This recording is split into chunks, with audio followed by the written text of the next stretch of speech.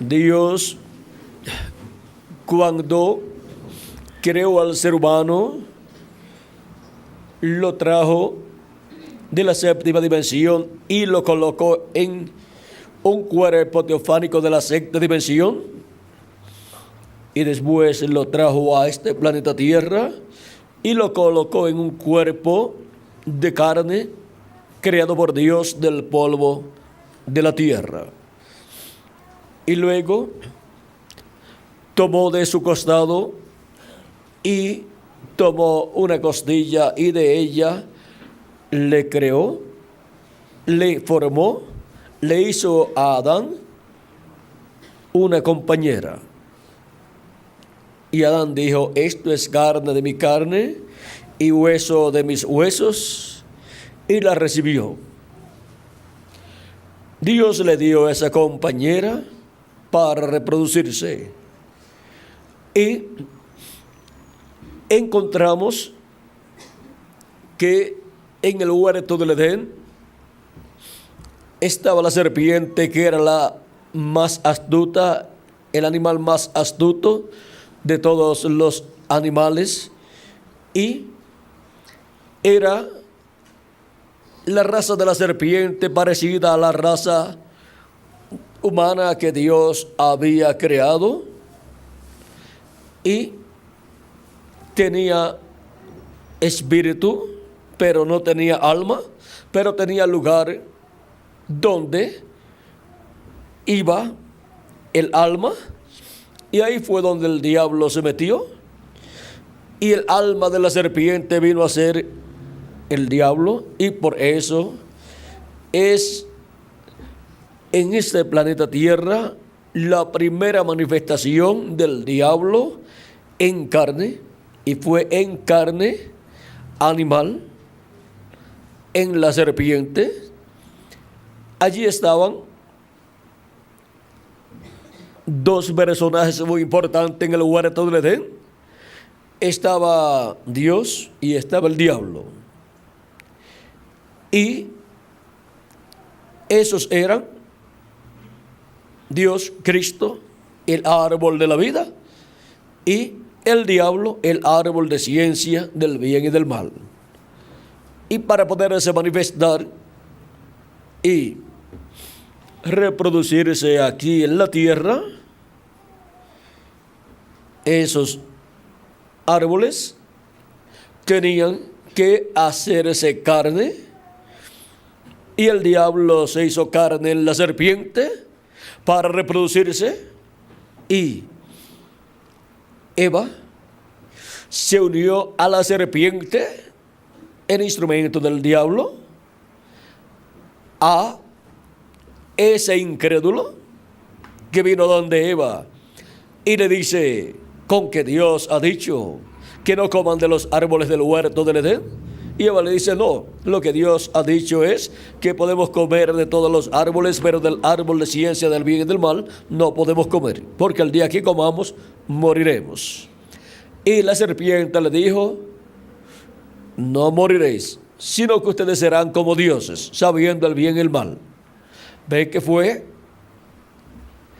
la manifestación del primer incrédulo aquí en la tierra? La manifestación de la serpiente, ungida por el diablo, el cual estaba dentro de la serpiente. Y cuando le habló a Eva acerca de la palabra, ¿qué le dijo?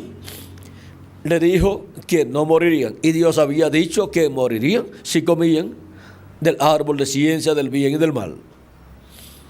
Y por medio de esa unión a la incredulidad, creyendo la mentira del diablo, y siendo incrédula Eva a lo que Dios había dicho, y pensando que Dios no iba a hacer como Él había dicho, Eva, por la unión incorrecta, trajo malos resultados. Trajo un hijo de incredulidad, Caín. Y ahora vean por qué Primera de Juan, nos dice acerca de Caín. Primera de Juan, vamos a ver lo que nos dice.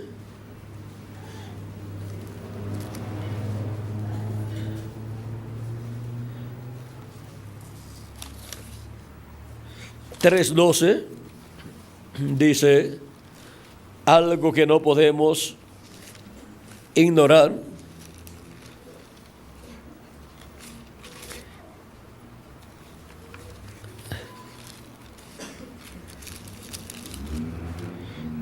Dice: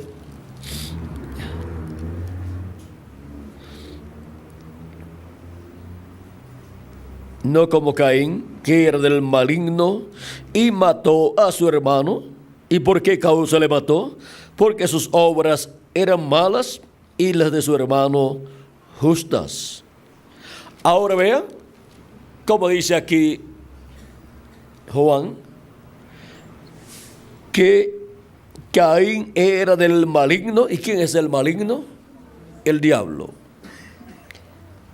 No dijo Cristo en la parábola del trigo y de la cizaña que la cizaña son los hijos del malo y el que sembró la cizaña es el diablo.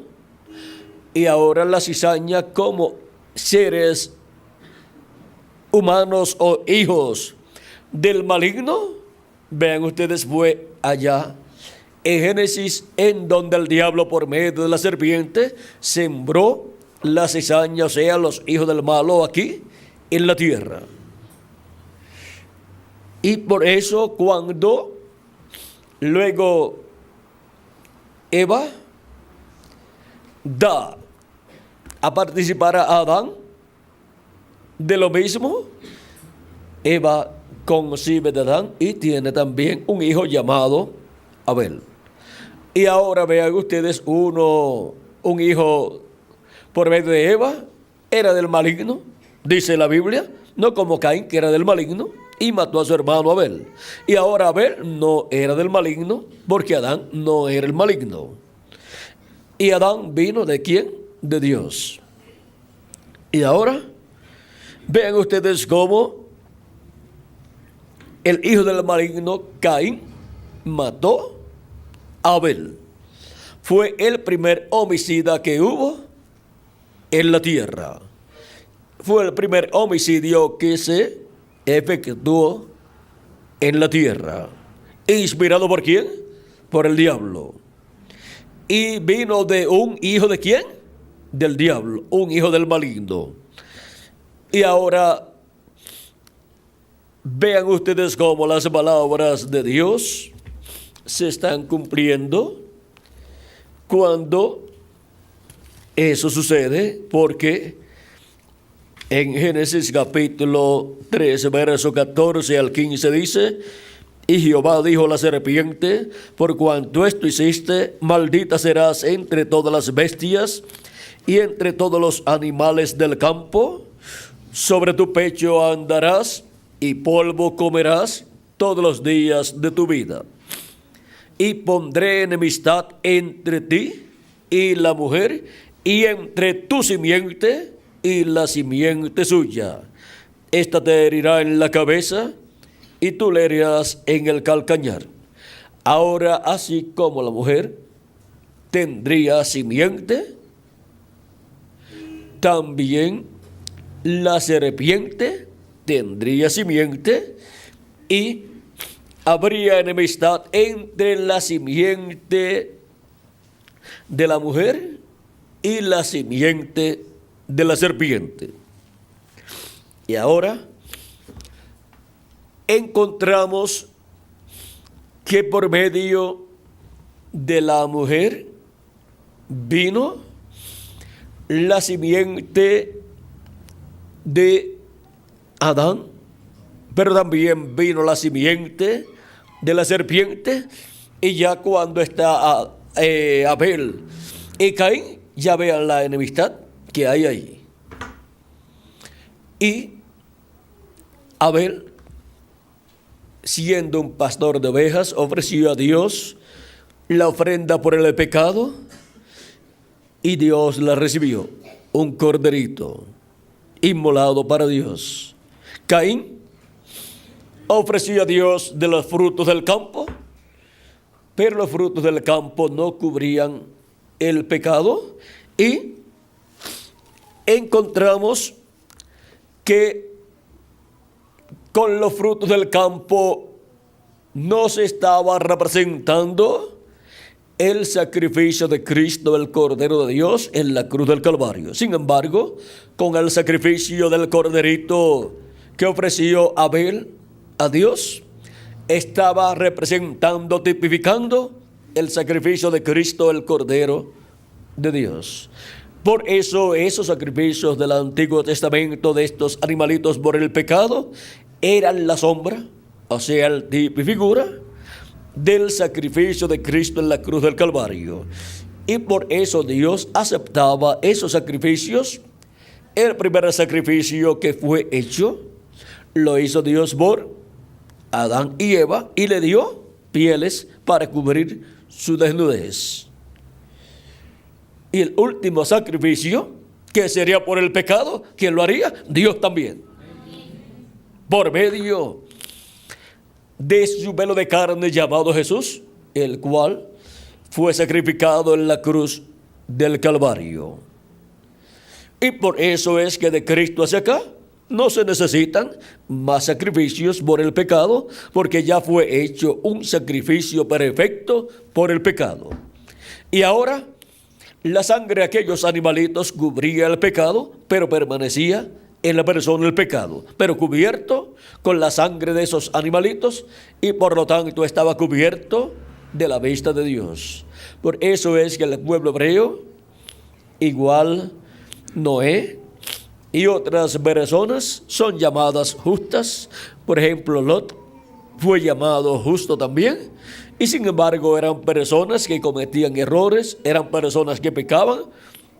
El pueblo hebreo es llamado un pueblo justo. Dios no ve en el pueblo hebreo, cuando va por el desierto, no ve pecado en el pueblo hebreo. Sin embargo, ellos cometían muchos pecados, pero ofrecían a Dios el sacrificio por el pecado. Tenían el sumo sacerdote que sacrificaba esas ofrendas y sacrificios por el pecado, y eran cubiertos los pecados del pueblo hebreo y de cada uno como individuo de los ojos de Dios. Y Dios, cuando los miraba, no veía pecado en ellos. Por eso eran justos delante de Dios. Y ahora vean ustedes cómo Abel ofreció a Dios un sacrificio de un animalito por el pecado, y de ahí en adelante, del tiempo de Adán para acá, se ha requerido un sacrificio por el pecado para el ser humano. Toda persona necesita tener el sacrificio por el pecado, si no, está perdido ante la presencia de Dios y no tiene derecho a la vida eterna. Pero ahora, vean ustedes, cuando Cristo murió en la cruz del Calvario, el pecado de aquellos que habían ofrecido a Dios los sacrificios por el pecado, los pecados de ellos fueron quitados completamente con la sangre de Cristo, pero lo que llegaba a la sangre de Cristo estaban cubiertos con la sangre de los sacrificios que ellos ofrecieron a Dios.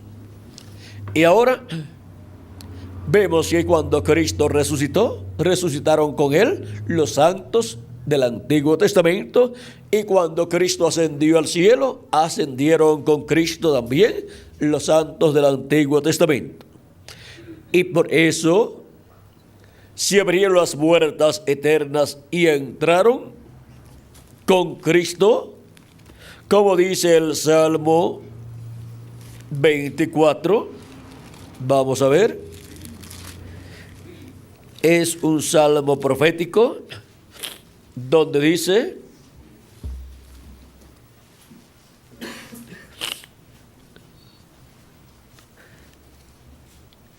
¿quién subirá al monte de Jehová?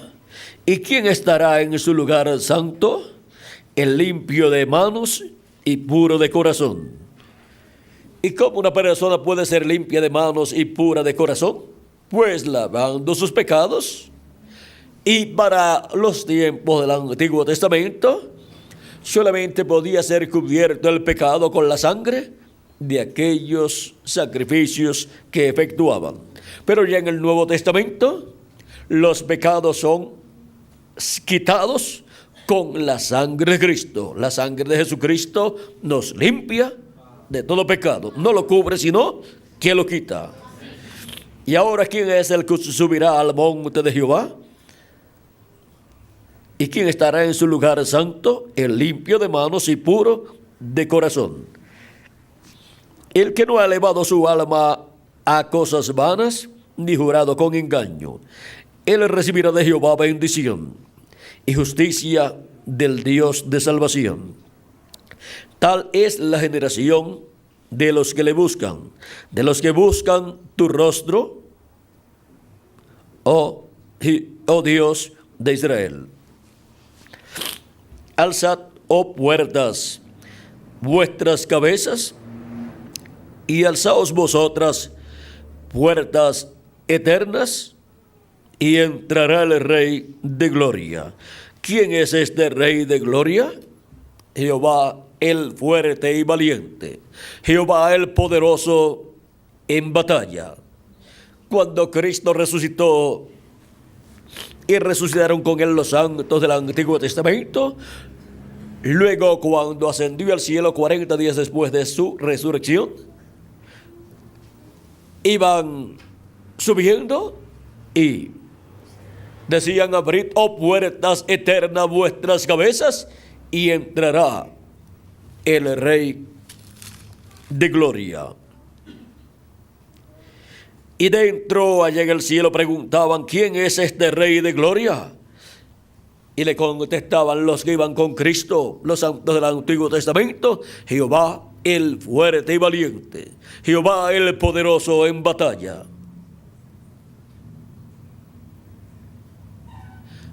Y subieron con Cristo. Y ahora, para el tiempo final en el cual nosotros vivimos, los muertos en Cristo resucitarán y nosotros seremos transformados, y luego nos iremos con Cristo a la casa de nuestro Padre Celestial, a la cena de las bodas del Cordero, luego de estar en el cuerpo eterno de 30 a 40 días aquí viviendo en él y teniendo una etapa muy importante del programa divino.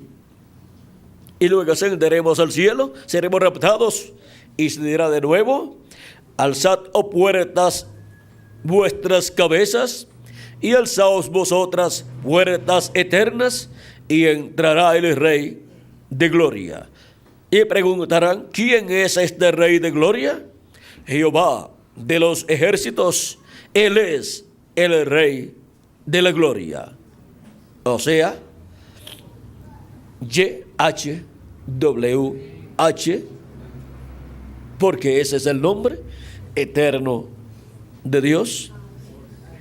Y ahí, vean ustedes, esa fue la forma en que le dio a conocer Dios a Moisés su nombre. Cuando Moisés quiso conocer el nombre, ahora la pronunciación, Moisés la escuchó, pero el pueblo hebreo no sabe cómo se pronuncian esas 4 consonantes. Ahora podemos ver que para este tiempo final, los escogidos de Dios ya no estarán usando sacrificios de animalitos. Hasta el templo fue quitado en Israel, por lo tanto ni el pueblo hebreo tampoco puede tener sacrificios, ni el de la Pascua, ni tampoco el sacrificio de la expiación el día 10 del mes séptimo de cada año, porque ya no tienen el templo para llevar la sangre de la expiación al lugar santísimo y colocarla sobre el propiciatorio, que es la silla o asiento de misericordia, donde estaba Dios y los 2 querubines de oro y en medio de los dos querubines de oro, la presencia de Dios en la luz de la Shequina. Ya el pueblo hebreo no tiene una silla o asiento de misericordia con la sangre de la expiación. Por lo tanto, el pueblo hebreo ha estado padeciendo el juicio divino por todos estos años de Cristo hacia acá. Y ha estado pasando por una tribulación terrible a causa de que no tiene el sacrificio por el pecado. Pero hay un sacrificio por el pecado y no está en el templo de Salomón ni en el templo de Moisés, pero está en el templo que representó el templo de Moisés y el templo de Salomón. ¿Está dónde? En el templo que está en el cielo. Y ese sacrificio por el pecado es el sacrificio de Cristo. Él es nuestra expiación, el sacrificio de la expiación por nuestros pecados. Y Él también es nuestra Pascua. Y ahora no se requiere un templo terrenal allá en Jerusalén, ni siquiera el templo de Moisés tampoco, sino que ya Dios ha puesto en función su templo que está en el cielo como templo donde la misericordia de Dios está siendo manifestada desde que Cristo ascendió al cielo y colocó allí su sangre sobre el lugar santísimo, sobre la silla o asiento de misericordia que es el propiciatorio allá en el cielo. Y ahora Él ha estado haciendo intercesión como sumo sacerdote, no del orden levítico, del cual Aarón fue el primer sacerdote, sumo sacerdote, sino del orden celestial del templo que está en el cielo, y el orden sacerdotal es el orden de Melquisedec, no de Leví, no de Aarón, no de la descendencia de Aarón, sino de Melquisedec. Y ahora podemos ver que a ese orden es que pertenecen también todos los escogidos de Dios lavados con la sangre de Cristo, los cuales son reconciliados con Dios y son sacerdotes y reyes, sacerdotes del templo que está en el cielo y reyes del reino de Dios, no del reino de los gentiles. Por eso es que acá, aunque somos reyes, acá no estamos en una posición terrenal de reyes del reino de los gentiles, pero cuando estemos en el glorioso reino de Cristo, reino milenial, ahí estaremos como reyes y sacerdotes. Y ahora podemos ver que el templo que está en el cielo ha estado funcionando y de ahí ha estado saliendo la misericordia de Dios y ha estado haciendo la intercesión por todos los hijos de Dios, por el Israel celestial. Y ahí mismo también se hará la intercesión por el Israel terrenal para la conversión del pueblo hebreo con Dios. Pero hay algo muy importante, y es que luego que Cristo sale del trono de intercesión en el cielo, ese trono de intercesión que tenía la sangre de Cristo del sacrificio por el pecado, que había colocado allí Cristo como sumo sacerdote, ya no estará allí, ni el sumo sacerdote tampoco estará allí haciendo intercesión. Él se convertirá en el juez de toda la tierra, y Él también es el Rey de reyes y Señor de señores. Y el trono de Dios en el cielo, que es el asiento o silla de misericordia mientras Cristo está en él, porque Él ascendió al cielo y se sentó a la diestra de Dios, se sentó en el trono de Dios y ha estado haciendo intercesión allí. Pero cuando sale del trono de Dios, viene para reclamar a su propio trono, el trono de David, y viene como juez de toda la tierra, y el trono de Dios en el cielo se convierte en un trono de juicio. Por eso luego salen relámpagos, voces, truenos y un terremoto. Todo eso ocurre cuando ya Cristo no está allí como sumo sacerdote haciendo intercesión. Y esto es porque ya habrá hecho intercesión por todos sus escogidos y habrá ya completado el número de su cuerpo místico de creyentes, o sea, de su iglesia. De edad en edad, Él ha llamado y juntado a sus escogidos, y ahora llama y junta a sus escogidos en este tiempo final en la América Latina y el Caribe. O sea que se completará con latinoamericanos y caribeños el cuerpo místico de Cristo. En palabras más claras, de los últimos que Dios tiene misericordia es de los latinoamericanos y caribeños, mientras Cristo está en el trono de intercesión. Y después tendrá misericordia del pueblo hebreo y se otorgará al pueblo hebreo. Ahora podemos ver este misterio que ha estado moviéndose de etapa en etapa, mientras Cristo ha estado en el cielo, en el trono de intercesión, que es el trono de Dios, donde Él se sentó cuando ascendió al cielo. Y Él recibió un nombre nuevo también. Ahora, Cristo, para el tiempo final, cuando termine de hacer intercesión hasta por el último escogido, que tiene que estar manifestado en la tierra en carne humana, luego el trono del cielo se convertirá en trono de juicio. Pero Cristo tendrá su templo. Ya no estará en el templo que está en el cielo, sino estará en su templo, que es su iglesia, manifestado en toda su plenitud.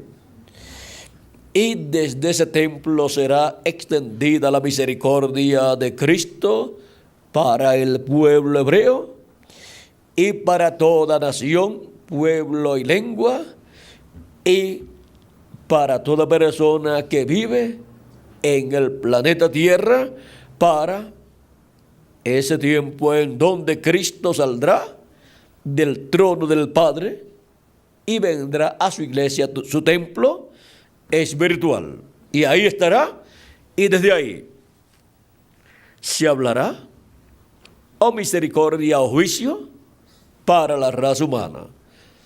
Y el juicio divino que salga del trono de Dios en el cielo será transmitido a la raza humana por medio del templo espiritual de Cristo, por medio de la manifestación que Cristo tendrá en su templo espiritual, en su iglesia, por medio del ministerio final de Cristo en la etapa de la edad de la piedra angular.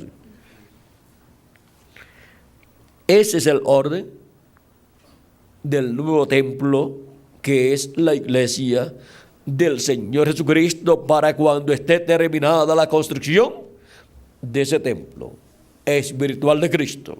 Mientras tanto, Él está llamando y juntando a sus escogidos y colocándolos en su templo espiritual, en la construcción de ese templo espiritual, para en el día postrero ser terminado ese templo con seres humanos y ser dedicado a Dios, así como Moisés dedicó a Dios el tabernáculo y Salomón también dedicó a Dios el templo, y vino Dios en la luz de la Shequina y moró tanto en el templo de Salomón como también moró en el templo que construyó Moisés.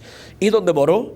En el lugar santísimo, sobre el arca del pacto. Y de ahí le hablaba a Dios al pueblo. Y ahí es donde se efectuaba la expiación por el pecado y la reconciliación del pueblo con Dios.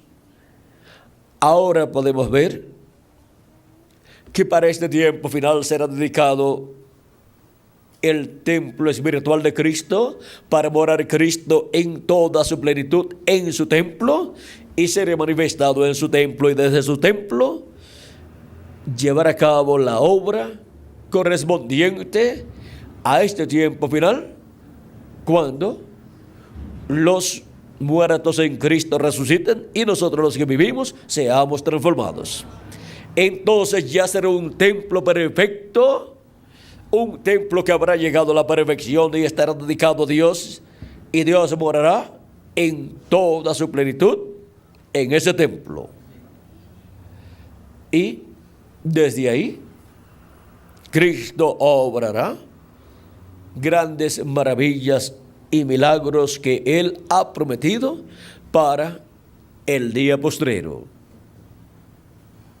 Y bajo el ministerio de la edad de la piedra angular, que es el ministerio que obtiene la adopción para continuar ministrando en el día postrero y cumplirse toda señal, maravilla y milagro prometido para el día postrero, que llamará la atención del pueblo hebreo. Por eso es que los ministerios de los dos olivos, los ministerios de Moisés y Elías, son los que estarán haciendo las señales y maravillas correspondientes al día postrero. Y esos son los ministerios de Moisés por segunda vez y de Elías por quinta vez. Esos son los ministerios que son manifestados por Cristo, por el Espíritu Santo, en su ángel mensajero, en el día postrero. Porque ese es el Espíritu de Cristo, el cual manifestó en el Isnisbita ese ministerio, luego lo manifestó en Eliseo en una doble porción, luego lo manifestó en Juan el Bautista, luego lo manifestó en el reverendo William Branham, y lo manifestará por quinta ocasión en un hombre ungido con el Espíritu Santo del día postrero. En la página 449 del libro de los sellos, dice el precursor de la segunda venida de Cristo: y hay una sola persona quien podría dar cumplimiento a esa promesa. El único espíritu que ha estado sobre la tierra que yo sepa tendría que ser Elías, como fue en su tiempo, y así fue predicho que sería, porque su espíritu fue nada menos que el Espíritu de Cristo. Cuando Cristo vino, Él fue la plenitud, fue el Dios de los profetas. Y ahora, vean, fue el Espíritu de Cristo en el profeta Elías, el que estuvo manifestado y operó aquel ministerio en medio del pueblo hebreo, y luego vino en Eliseo el Espíritu de Cristo y manifestó el ministerio de Elías por segunda ocasión. Luego vino el Espíritu de Cristo, el Espíritu Santo, en Juan el Bautista, del cual el arcángel Gabriel dijo que sería lleno del Espíritu Santo aún desde el vientre de su madre. Y fue lleno y tuvo la manifestación del Espíritu de Cristo, del Espíritu Santo, operando el ministerio de Elías por tercera ocasión. Y luego vino en el reverendo William Branham el Espíritu Santo manifestado, operando el ministerio de Elías por cuarta ocasión. Y para el día posterior vendrá el ministerio de Elías por quinta ocasión, que será el Espíritu Santo operando ese ministerio de Elías por quinta ocasión. O sea que vendrá el Espíritu Santo en un hombre del tiempo final, el cual aparece en Apocalipsis capítulo 7, que es el ángel que viene con el sello del Dios vivo. Y el sello del Dios vivo es el Espíritu Santo, ungiendo a ese hombre con el ministerio de Elías por quinta ocasión. Página 399 del libro de sellos en español, En la pregunta número 11 le preguntaron al reverendo William Branham: el Elías que viene a predicar a los judíos, ¿es el verdadero Elías que estuvo en los días de Acab o será solamente el espíritu de Elías en otro hombre? La contestación fue: yo he pensado, déjeme decirlo de esta manera, ojalá que los hermanos que oirán la cinta lo entiendan bien. Yo he pensado que será un hombre de este tiempo ungido con ese espíritu. ¿Un hombre de qué tiempo? De este tiempo. No un hombre de 2000 años atrás. No un hombre tampoco de 3000 años atrás, sino un hombre de este tiempo. O sea, un hombre que esté viviendo en carne y hueso en este tiempo final.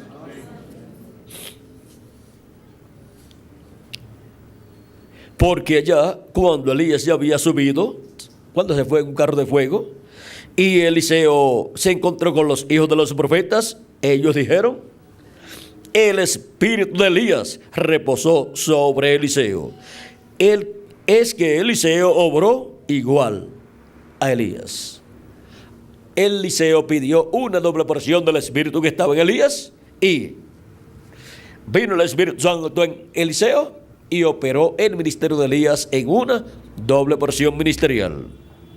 Y para el día postrero, el mismo Espíritu Santo que ha estado en Elías, en Eliseo, en Juan el Bautista y en el reverendo William Branham operando esos ministerios, estará en el día postrero manifestado en carne humana en su ángel mensajero, operando el ministerio de Elías por quinta ocasión. Y en ese mensajero habrá una doble porción ministerial siendo manifestada por el Espíritu Santo, porque también estará el ministerio de Moisés manifestado en ese ángel mensajero. Será el mismo Espíritu Santo operando el ministerio de Elías y el ministerio de Moisés.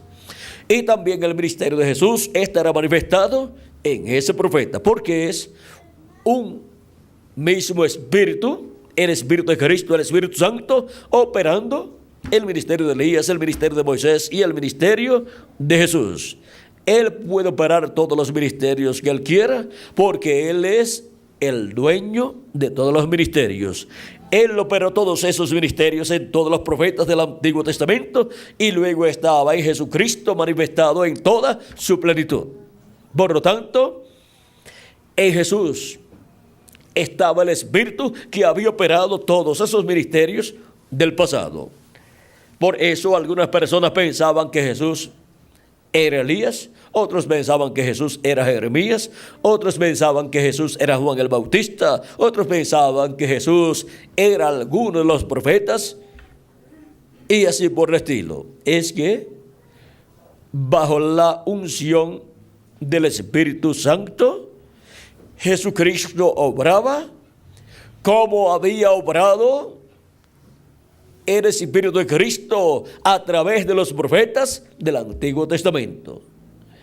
Y ahora, cuando multiplicó los panes y los peces, pues cualquier persona podía pensar, decir: este parece que es Moisés, porque Moisés le dio codornices al pueblo hebreo en el desierto y también le dio pan, maná en el desierto. Y ahora este nos está dando peces y nos está dando pan. También pueden decir, pues, otros podrían decir: no, puede ser Elías, porque a la viuda Elías le multiplicó el alimento, la harina. Otros podrían decir: no, puede ser Eliseo, el cual también bendijo a una mujer y recibió bendición de Dios. Otros podrían decir: no, este debe ser Juan el Bautista, porque Juan el Bautista le decía a la gente: generación de víboras, y ahora Jesús también está diciendo lo mismo. Y así por el estilo podían decir: no, debe ser este. Y cuando lo vieron llorando a Jesús, algunos podían decir: este debe ser Jeremías. Pero era nada menos que nuestro amado Salvador Jesucristo, en el cual estaba el Espíritu Santo manifestado en toda su plenitud. Y ahora, para el día postrero, vendrá la adopción de todos los hijos e hijas de Dios y la adopción del ministerio del ángel de Jesucristo, que es el ministerio de Cristo manifestado en su ángel, el cual es colocado en la edad de la piedra angular para ministrar y llegar a la etapa en que será adoptado el ángel de Jesucristo y el ministerio que el Espíritu Santo está operando en su ángel. Y por eso ese es el ministerio, tanto para la iglesia gentil como para el pueblo hebreo, y también para todos los que vivirán en el reino milenial de Cristo. Y con ese ministerio, la tierra será llena del conocimiento de la gloria de Jehová como las aguas cubren el mar, porque por medio de la enseñanza que trae ese ministerio, por medio de su manifestación en carne humana en su ángel mensajero, la revelación divina correspondiente al séptimo milenio, o sea, la dispensación del reino, es dada, traída a la iglesia de Jesucristo, y de la iglesia de Jesucristo se extenderá al pueblo hebreo y a todas las naciones. Con ese mensaje es que también son llamados y juntados todos los escogidos de Dios. Ahora, así como San Pablo nos enseña que no hagamos yugo desigual con los incrédulos en lo humano, pues esto es que los creyentes, los jóvenes, cuando se enamoran, pues deben de enamorarse de personas creyentes también, para que así la bendición de Dios sea sobre ellos y sea para bendición de ellos y de todos los seres humanos que estarán alrededor de las vidas de esas personas. Los incrédulos uniéndose con los creyentes, o los creyentes uniéndose con los incrédulos, el resultado es malo. El resultado que obtuvo Eva fue malo. Y el resultado que obtuvo Eva trajo la muerte para la raza humana y toda enfermedad y todo problema que tiene la raza humana. Y trajo al primer homicida, que fue Caín. Luego, cuando los hijos de Dios, que son los descendientes de Adán, en Génesis capítulo 5 y 6, veamos 6, capítulo 6 del Génesis dice: aconteció que cuando comenzaron los hombres a multiplicarse sobre la faz de la tierra, les nacieron hijas, que viendo los hijos de Dios, que las hijas de los hombres eran hermosas, tomaron para sí mujeres, escogiendo entre ellas. Los hijos de los hombres aquí son los descendientes de Caín. Y los hijos de Dios aquí son los descendientes de Adán. Adán tuvo a Set luego que había muerto Abel, el cual no dejó simiente, no dejó hijos, pero ahora Set sí se reprodujo y tuvo hijos y comenzaron a multiplicarse. Y el primer hijo de Set, Enos, vean ustedes, dice la Escritura que luego que nació Este hijo a Set, dice, conoció de nuevo a Adán, capítulo 4, verso 25 al 26, conoció de nuevo a Adán a su mujer, la cual dio a luz un hijo y llamó su nombre Set, porque Dios, dijo ella, me ha sustituido otra simiente en lugar de Abel, a quien mató Caín. Y a Set también le nació un hijo y llamó su nombre Enos. Entonces los hombres comenzaron a invocar el nombre de Jehová. Y ahora, estos descendientes de Set son llamados los hijos de Dios, y los descendientes de Caín son llamados los hijos de los hombres. Y esa unión solamente fue de ventaja para los hijos de los hombres, o sea, la descendencia de Caín. Pero para los hijos de Dios, que vienen por medio de Adán, y de Adán por medio de Set, y Adán que vino de, y Set que vino de Adán, para los hijos de Dios, la descendencia de Set no le fue de beneficio. Ahí se mezcló más y más la sangre de los hijos de los hombres con la sangre de los hijos de Dios. Y se beneficiaron los hijos de los hombres, o sea, la descendencia de Caín, pero se perjudicó la descendencia de Set y todos los demás hijos que tuvo Adán. ¿Por qué? Porque por medio de esa mezcla, miren ustedes, los seres humanos, antes Adán podía vivir eternamente, pero por causa de esa mezcla que hubo allá en el huerto del Edén, la raza humana cayó en muerte. Y luego, por medio de esta unión de los hijos de Dios con los hijos o hijas de los hombres, encontramos que el ser humano, el cual ya se había hecho mortal por causa del pecado, miren, Set, vamos a ver cuántos años vivió.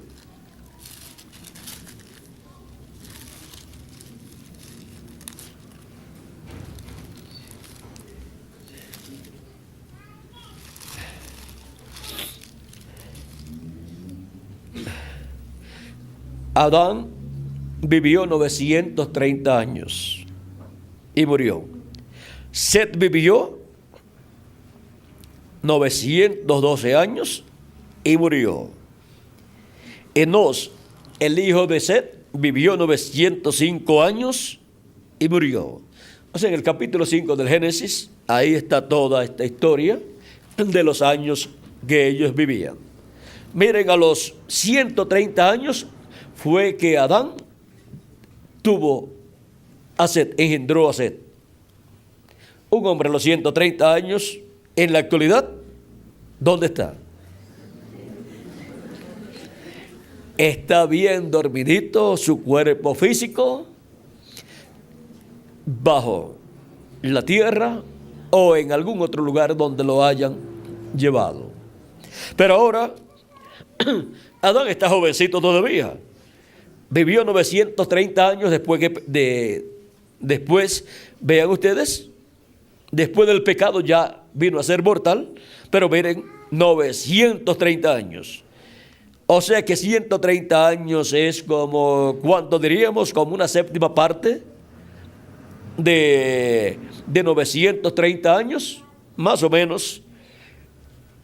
Y entonces estaba en una séptima parte de su vida terrenal y mortal. Luego, Set, cuando engendró a Enos, miren cuántos años tenía.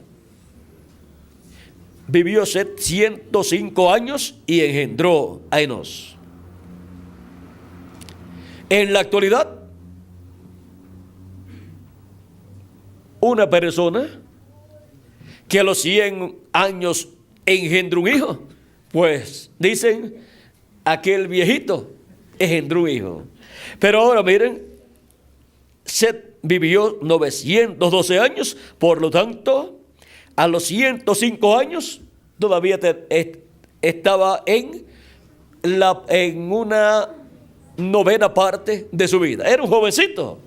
Ahora, normalmente una persona vive de 70 a 80 años. Vamos a decir una persona que viva 70 años o 80 años,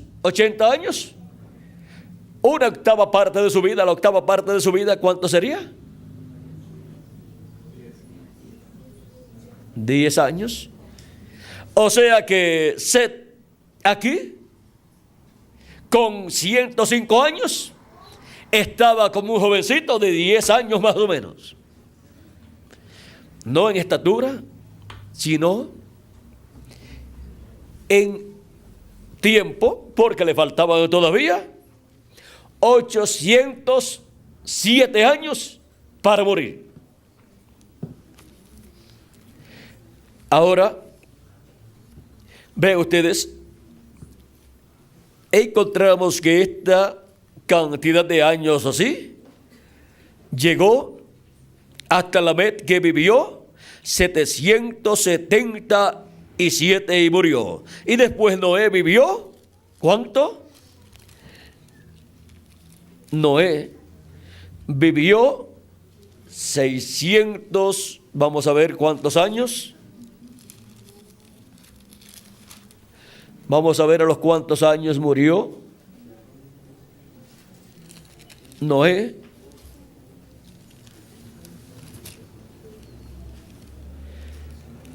Noé, a los 600 años de su vida fue que vino el diluvio. Así es que Noé, vamos a ver en qué lugar encontramos la edad de él. En Génesis capítulo 9, verso 28 al 29 dice: y vivió Noé después del diluvio 350 años, y fueron todos los días de Noé 950 años, y murió. Por más que viviera una persona, al final tenía que morir. No podía llegar a 1000 años, porque 1000 años delante de Dios es un día. Y Dios había dicho que el día que el hombre pecara o pecase, ese día moriría. Así es que no podía llegar a 1000 años. Por eso es que el más que vivió, el cual fue Matusalén, vivió 969 años, pero murió también. Y ahora, de esa descendencia de Adán, ya mortal, el último que vivió más, el último, fue Noé, que vivió 950 años, pero también murió. Luego viene la generación postdiluviana, y el más que vivió después de Noé fue Sem.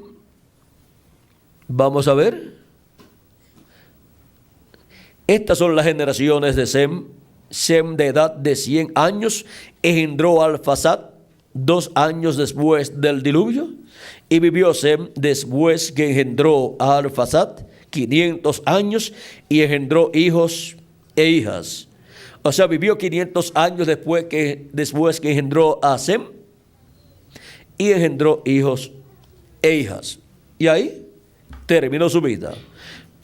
Y tenía, cuando engendró a Arfaxad, tenía 100 años. Y 100 años más 500 años son 600 años. Ahora vean que el hijo de Noé, Sem, vivió 350 años menos que Noé. Y 350 años menos que Noé es bastante tiempo. Y luego, Arfaxad, el hijo de Sem, dice, Arfaxad vivió 35 años y engendró a Sala. Y vivió Arfaxad después que engendró a Sala 403 años y engendró hijos e hijas. Y 403 años más 35 años son 438 años. Ahora vean cómo la vida del ser humano va acortándose más y más.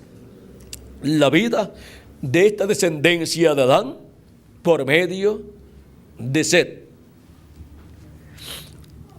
Y ahora sigue acortándose. Y Sala vivió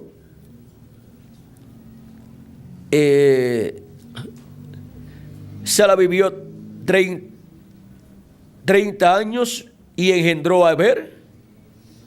Y vivió Sala después que engendró a Eber 400 años y engendró hijos e hijas. Y vean ustedes, se murió Sala ¿de cuántos años? Sala murió de 433 años. ¿Por qué? 30 años más 403 años son 433 años. Luego Eber vivió un poquito más, vivió 464 años, pero después, miren, y vivió Eber después que engendró a Peleg. Estoy leyendo en Génesis capítulo 11, verso 17, dice, después que engendró a, y vivió Eber después,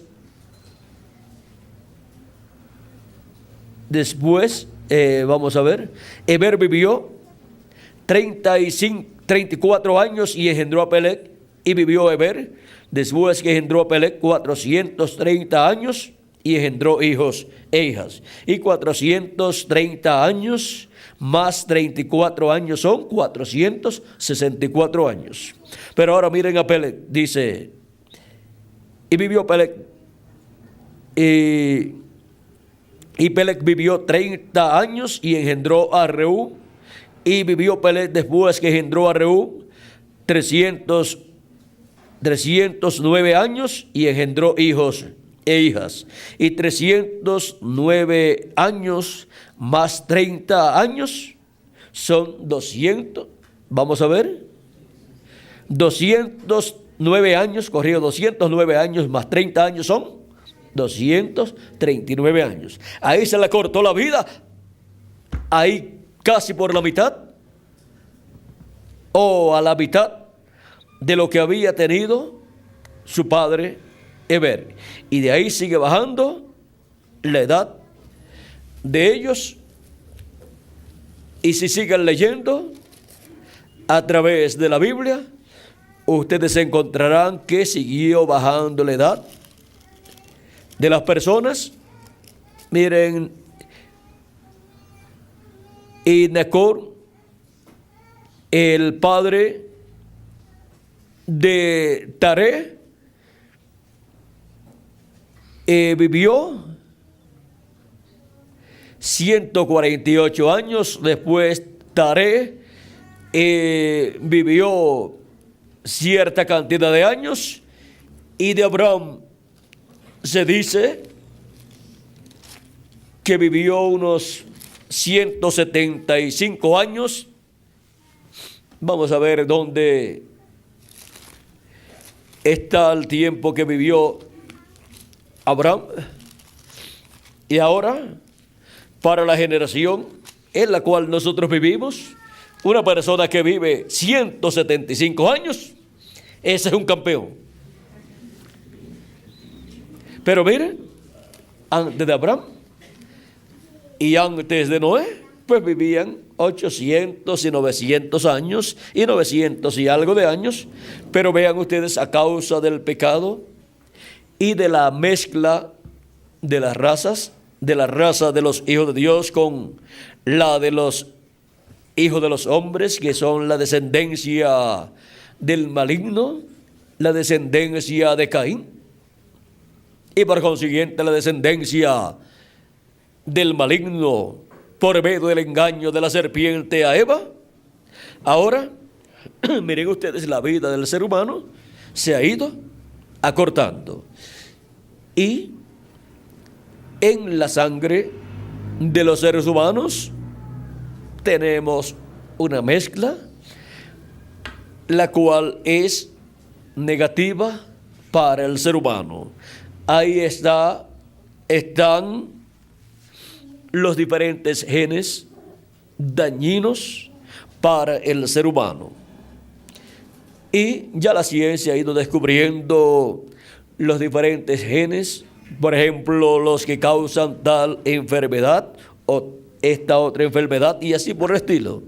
Y pueden determinar por medio de un estudio de la sangre en un niño de qué puede padecer ese niño, de qué enfermedad puede padecer más adelante, porque tiene ahí los genes de las diferentes enfermedades, porque está ahí en la sangre. Y vean cómo aún la vida de las enfermedades está en la sangre.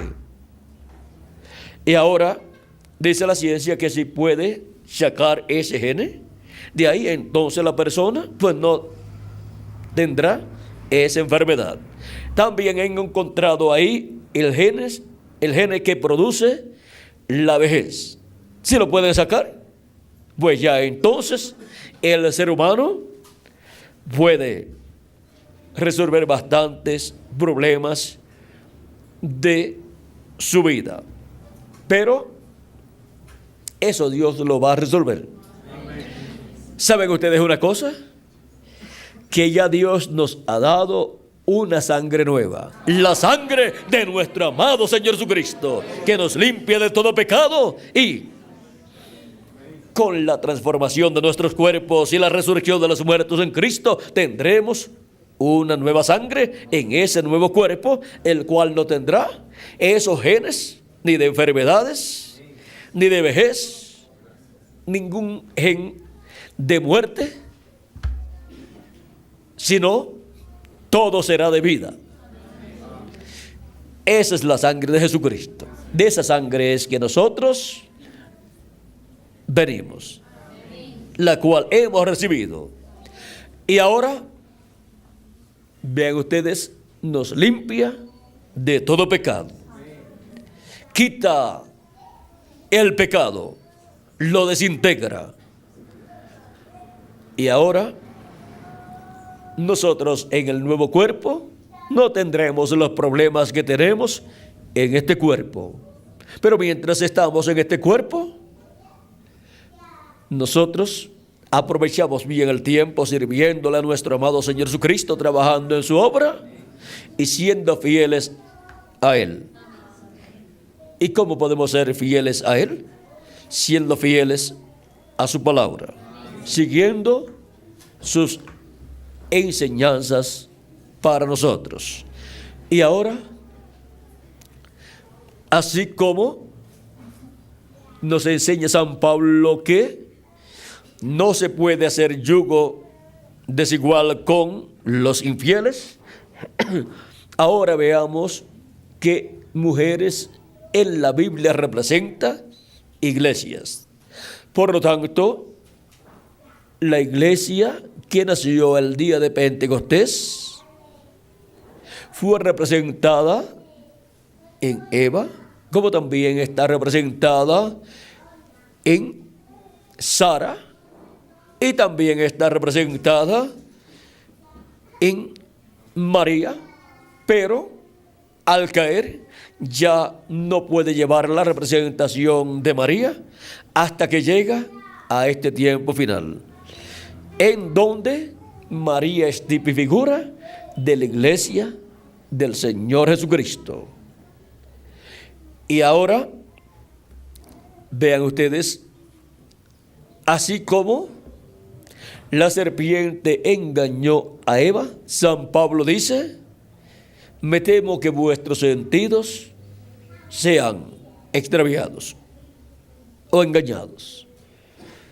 Y ahora la iglesia que nació el día de Pentecostés, luego perdió el primer amor allá en la etapa o edad de Éfeso, y luego la encontramos caída, como le sucedió a Eva, por unirse incorrectamente, le perdió su primer amor a Cristo y entonces se enamoró del mundo. Y allá en Nicea la encontramos caída como Eva. Pero de edad en edad, Cristo ha estado llevando a cabo una obra y han estado viniendo hijos de Dios por medio de la manifestación de Cristo a través del mensajero de cada edad. Y para este tiempo final, la iglesia es representada en la Virgen María, la cual recibió la palabra y dijo: hágase conforme a tu palabra. ¿Para traer qué? El Hijo de Dios, Jesucristo, dar a luz un hijo por creación divina. Y para este tiempo final, Cristo trae hijos e hijas de Dios por medio del nuevo nacimiento y por medio de su iglesia en la edad de la piedra angular, en cuerpos teofánicos, y pronto también traerá hijos e hijas de Dios en cuerpos físicos, inmortales, eternos e incorruptibles, glorificados, porque para este tiempo final Cristo resucitará a los muertos en Cristo en cuerpos eternos y nos transformará a nosotros los que vivimos. Y eso será por medio de una iglesia virgen que ha subido a la edad de la piedra angular. Es en esa iglesia donde habrá esa manifestación de hijos e hijas de Dios. Primero nacen en el campo espiritual, obteniendo el nuevo nacimiento al creer en Cristo y recibirlo como su Salvador, y así nacer al recibir el Espíritu de Cristo, nacer en la sexta dimensión y obtener el cuerpo teofánico. Pero para este tiempo final también obtendrán el cuerpo eterno, y es como nacer en esta tierra en un cuerpo nuevo. Y esto será en medio de la iglesia de Jesucristo. Es la iglesia de Jesucristo la que traerá esos hijos e hijas de Dios con cuerpos eternos. Y ahora su iglesia no se puede unir a nada sino a Cristo, al cual está unida para traer hijos e hijas de Dios en este día postrero, y traer los hijos e hijas de Dios en la resurrección de los muertos en Cristo y en la transformación de nosotros los que vivimos. Esa iglesia virgen es la que traerá esa manifestación de hijos e hijas de Dios en este tiempo final. Y eso será la adopción de todos los hijos e hijas de Dios, la redención del cuerpo físico, o sea, la transformación de nuestro cuerpo, en donde obtendremos el cuerpo eterno. Y cuando estemos con el cuerpo eterno, todo problema habrá terminado. y estaremos con Cristo por el milenio y por toda la eternidad. Es muy importante nunca perder el primer amor. Siempre los problemas en el hogar son motivo de la pérdida de ese primer amor.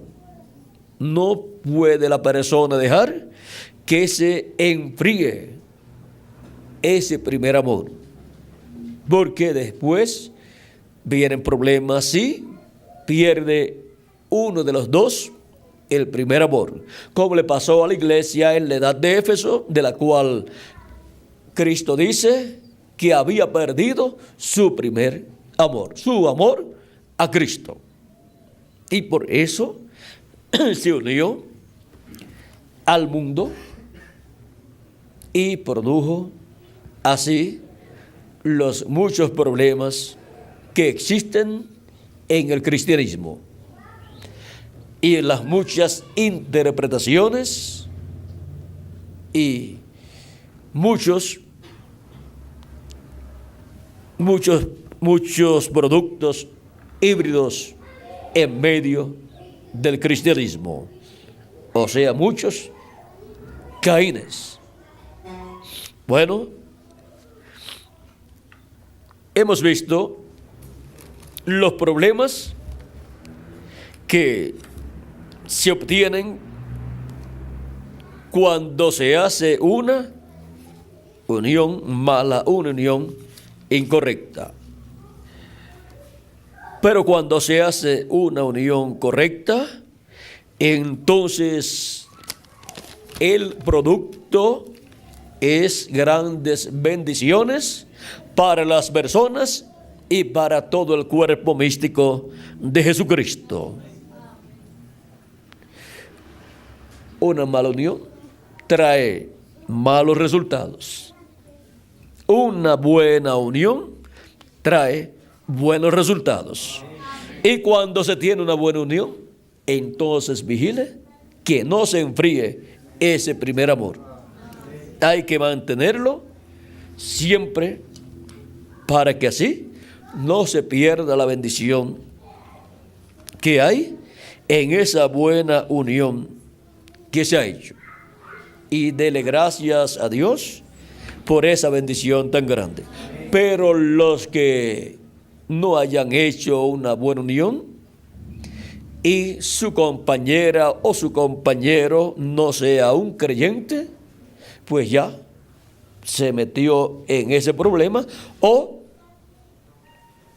fue que no era un creyente ninguno de los dos y ahora llegó a Cristo uno de los dos, pues ore por la otra persona para que Dios tenga misericordia también de él. No le vaya a dar de codo y a decirle que ya no lo quiere, sino amarlo y decirle: yo estoy orando por ti para que Dios también te bendiga a ti, y darle que lea en la palabra de Dios y lea los mensajes para que así Dios le abra el entendimiento y lo bendiga también. Si la otra persona consiente en vivir con la persona, San Pablo dice que eso está bien. Pero si no quiere vivir con la persona, pues ¿qué se va a hacer? Ahora San Pablo dice: nunca se separen. No se separen para que el diablo no tiente a ninguno de los dos. Porque si se separan, el diablo, pues al hombre le va a traer otra persona y a la mujer le va a traer otro hombre que le va a llamar la atención, y ahí viene la tentación tanto para la mujer como para el hombre, y después se encuentran en problemas. Dice San Pablo: solamente si se separan sea para la oración y algo importante en las cosas de Dios, que así lo requiera. Ahora, nos enseña San Pablo también que si se separan porque tienen problemas y se separaron, que sepan que no se pueden casar de nuevo. San Pablo dice que la mujer, si se separa o recibe carta de divorcio, ella no se puede volver a casar. Eso lo dijo también nuestro hermano Branham, y por eso es que San Pablo y nuestro hermano Branham también enseñan que es mejor resolver los problemas, y si la persona ya no siente el mismo amor, pues fue que se enfrió ese primer amor, y entonces hay que pedir a Dios que les ayude para que entre en calor, en ese calor, ese primer amor, y sea restaurado ese primer amor. Y vivan felices siempre. Ahora los que se han separado o se han casado y se han casado de nuevo, tienen un problema delante de Dios, pero oramos a Dios que Dios tenga misericordia de esas personas y con su sangre les limpie de esos errores y pecados y sean restaurados, y el hogar que han formado pues sea bendecido por Dios, y críen sus hijos en paz y nunca más cometan esos errores. Es bueno comprender estas cosas para uno saber la seriedad que tiene el matrimonio, para que así no tengan problemas con Dios. Ahora podemos ver que todo esto está enseñado en la Biblia. Aún el mismo Jesucristo habló del matrimonio y de todas estas cosas. Ahora yo amo a todas las personas y yo no critico a ninguna persona, aunque tenga de esas clases de problemas, sino que le digo que busquen a Dios y oren a Dios para que Dios tenga misericordia de usted y de su compañera o su compañero, y también de sus hijos, y que les perdone y les bendiga y les ayude a caminar siempre hacia adelante, porque ningún problema de estos puede borrar el nombre del libro de la vida del Cordero de los escogidos de Dios. Pero no se metan en problemas, más bien hagan las cosas de acuerdo a la palabra de Dios y no hagan yugos desiguales, para que así se eviten problemas. Es aún haciendo yugo con un creyente, y algunas veces hay problemas, como será con los no creyentes. Pero recuerden, si ya está enyugado con un no creyente, pues ore por esa persona, trátelo bien o trátela bien, de modo que Dios los bendiga y puedan ser felices en el matrimonio y puedan criar sus hijos en el temor de Dios, guiando a sus hijos siempre en las cosas de Dios. Unión que produce malos resultados, ya ustedes saben cuál es o cuáles son. Pero la unión que produce buenos resultados es la unión que es de acuerdo a la palabra de Dios, a las leyes divinas. Y eso es así para nosotros como individuos, y es también así en el campo espiritual para la iglesia del Señor Jesucristo.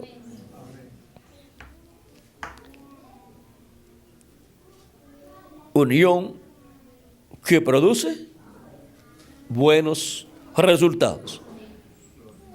Esa es la unión que todos queremos tener.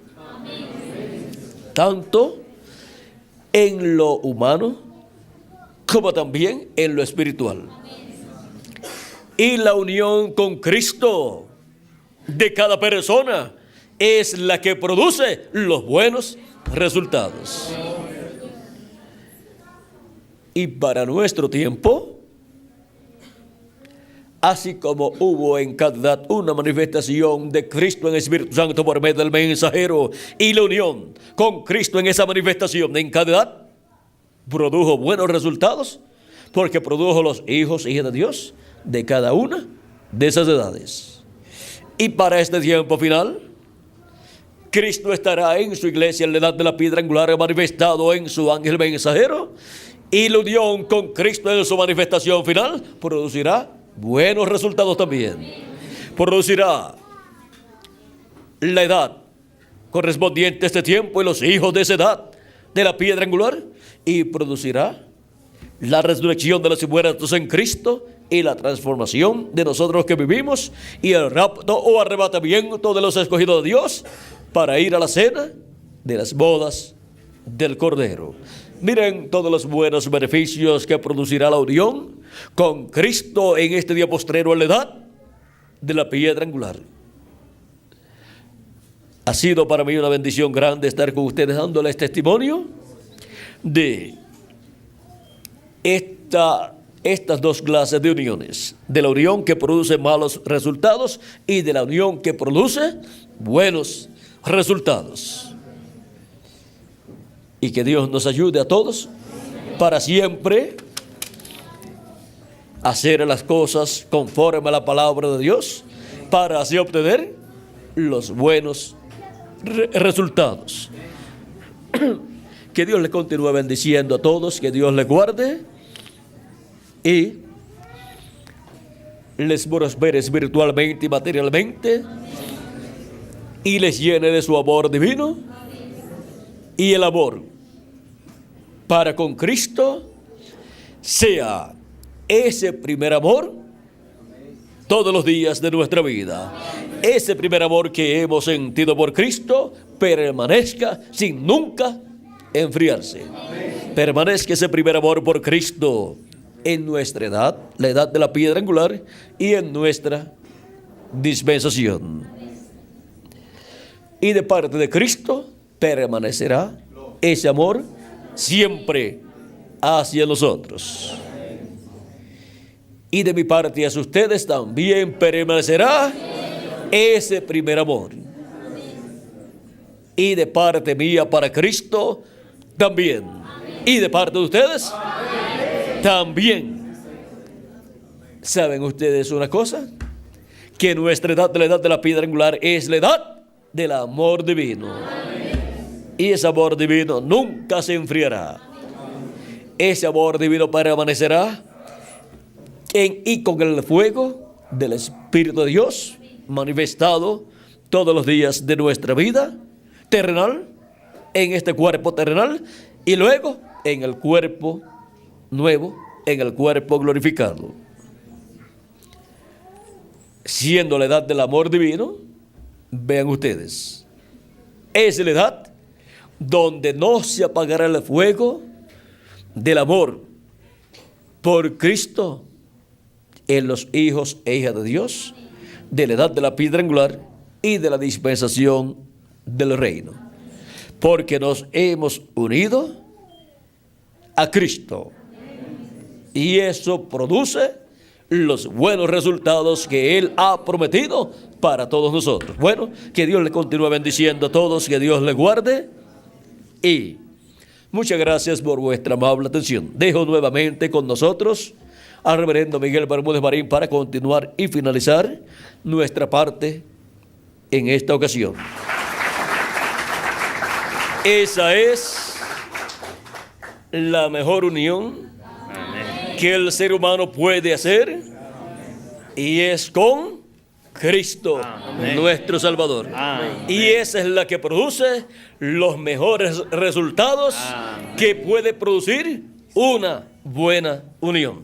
Esa es la unión que mejores resultados produce para todos nosotros. Vida eterna. Que Dios les bendiga y les guarde.